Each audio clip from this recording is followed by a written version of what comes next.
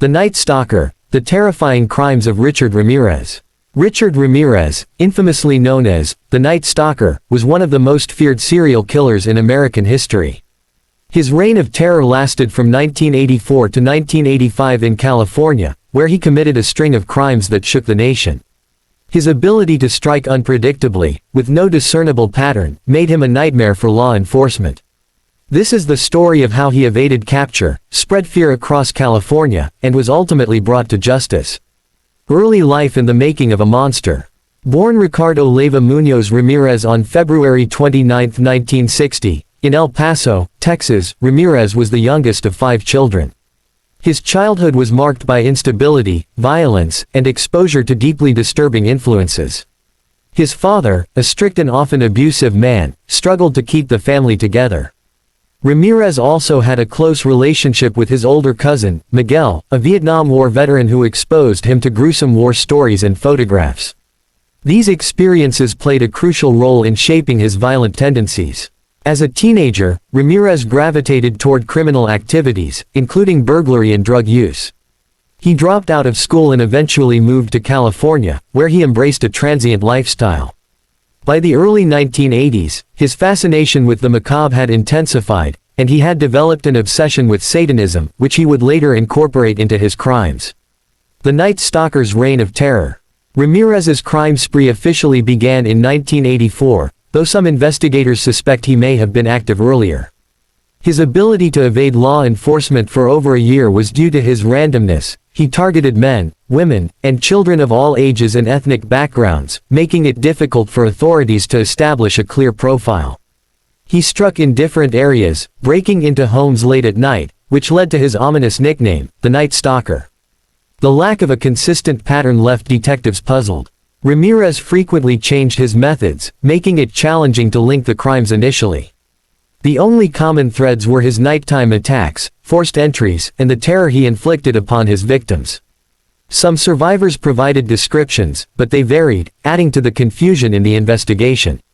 However, evidence began to emerge, including footprints and partial fingerprints. Law enforcement struggled to catch him. Throughout 1985, Ramirez continued his attacks, moving freely between Northern and Southern California. The police were under intense pressure to catch him, with the public growing increasingly fearful. As more details surfaced, panic spread through Los Angeles and surrounding communities. People began locking their doors and windows more vigilantly, and gun sales soared. A breakthrough came when detectives found a shoe print at one of the crime scenes. The print was from an Avia sneaker, a rare model sold in limited quantities. Investigators traced the shoe sales and narrowed it down to a small number of people who had purchased them. This was one of the first solid leads. Ramirez also left behind fingerprints in a stolen car that he abandoned. By comparing them to existing records, police identified him. The authorities released his mugshot to the media, warning the public to be on the lookout. Capture and trial. On August 30, 1985, Ramirez's reign of terror came to an abrupt end. He was in East Los Angeles when he was recognized by a group of people who had seen his photograph in the news. Realizing he had been identified, Ramirez attempted to flee, but he was soon surrounded. The community members held him down until the police arrived. His arrest was a moment of relief for an entire city that had lived in fear for over a year. His trial, however, was anything but straightforward. The proceedings lasted 4 years, with Ramirez often behaving erratically in the courtroom. He declared his allegiance to Satan, showed no remorse, and frequently disrupted the trial with bizarre outbursts. Despite his attempts to manipulate the courtroom, the evidence against him was overwhelming. On September 20, 1989, he was convicted of 13 counts of murder, along with multiple counts of attempted murder, sexual assault, and burglary. He was sentenced to death. Upon hearing his sentence, Ramirez responded with chilling indifference, saying, "Big deal. Death always went with the territory. Imprisonment and death." Despite his death sentence, Ramirez spent more than 2 decades on death row at San Quentin State Prison. While incarcerated, he continued to receive media attention, with some individuals even expressing admiration for him. He maintained a cult-like following, attracting letters and visits from people who were fascinated by his notoriety. However, justice was ultimately served in an unexpected way. On June 7, 2013, before he could be executed, Ramirez died of complications related to B-cell lymphoma. His death closed a dark chapter in American crime history, but the fear he instilled in his victims and the broader public left a lasting impact.